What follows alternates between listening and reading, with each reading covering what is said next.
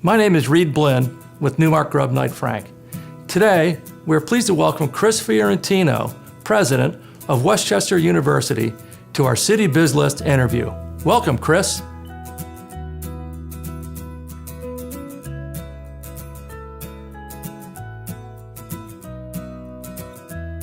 We were in a position where the funding was very limited, and if we wanted to do things, undertake initiatives, we pretty much had to figure out how to do it ourselves. And actually, I alluded to our Graduate Center a few moments ago, and the Graduate Center was actually a 47,000 square foot Class A office building that I put together a business plan and a pro forma and presented it to the university as dean, asking that they support me in acquiring this facility for us to offer off-site courses, typically graduate courses.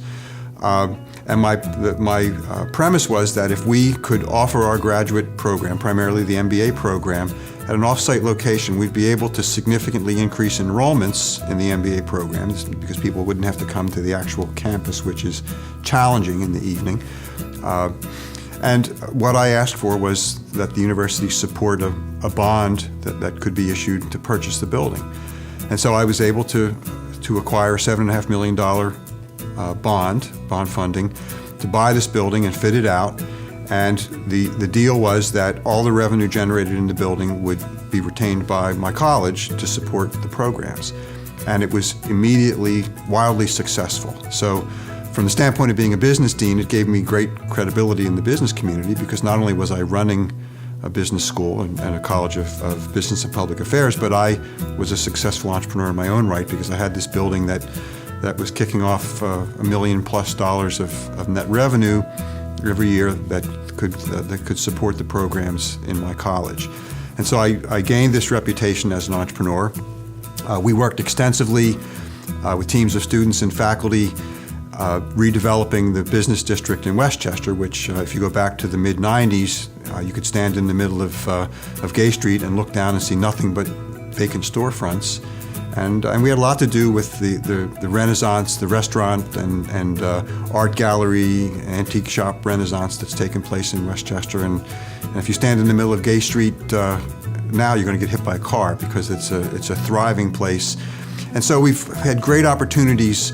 And I think one of the key things to emphasize is that when we engage in these sorts of things, everything we look at from the perspective of an educational experience for our students, an opportunity for our faculty to engage in activities that utilize their skill sets. We had marketing faculty, we had faculty from the geography program who were GIS experts, and we were doing all sorts of spatial analysis for the borough around trying to recruit businesses and making a case for the concentration of income within the region.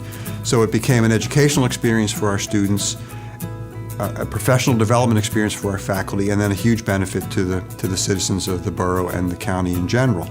And we continue with that model. We're always looking for opportunities for our faculty to engage in external activities. We have a Center for Community Solutions that we operate right now that really invites people who think they could benefit from the expertise of the university to come and talk to us. And we started this center because actually the mayor of Westchester identified the fact that if you know somebody at the university, it's easy to pick up the phone and call them, but if you don't, then the university is this monolithic organization and you don't even know where to start. So we created this office for community solutions where we have a web page for it. We have a person who is the point person who gets contacted. And if somebody has a need for a certain kind of expertise, they give us a call and we try to make a connection. We can't always do it. It depends upon the circumstances. But if we can connect somebody with the right kind of expertise, we can again, provide an opportunity for a faculty member. Maybe students can work on a project, which is, again, an educational experience. And we can help a nonprofit organization, a business, a government organization. And so we continue to do this sort of thing. And by the way, a key portion of our mission, beyond just the education, the success of our students, is to impact the economy of the region. And so we are aggressively doing that. I have in my office a sign that whoever comes into my office sees it, and it says, don't forget, take some risks. And we are inclined to go out and engage in things and try to support the greater community while educating our students and providing opportunities for our faculty.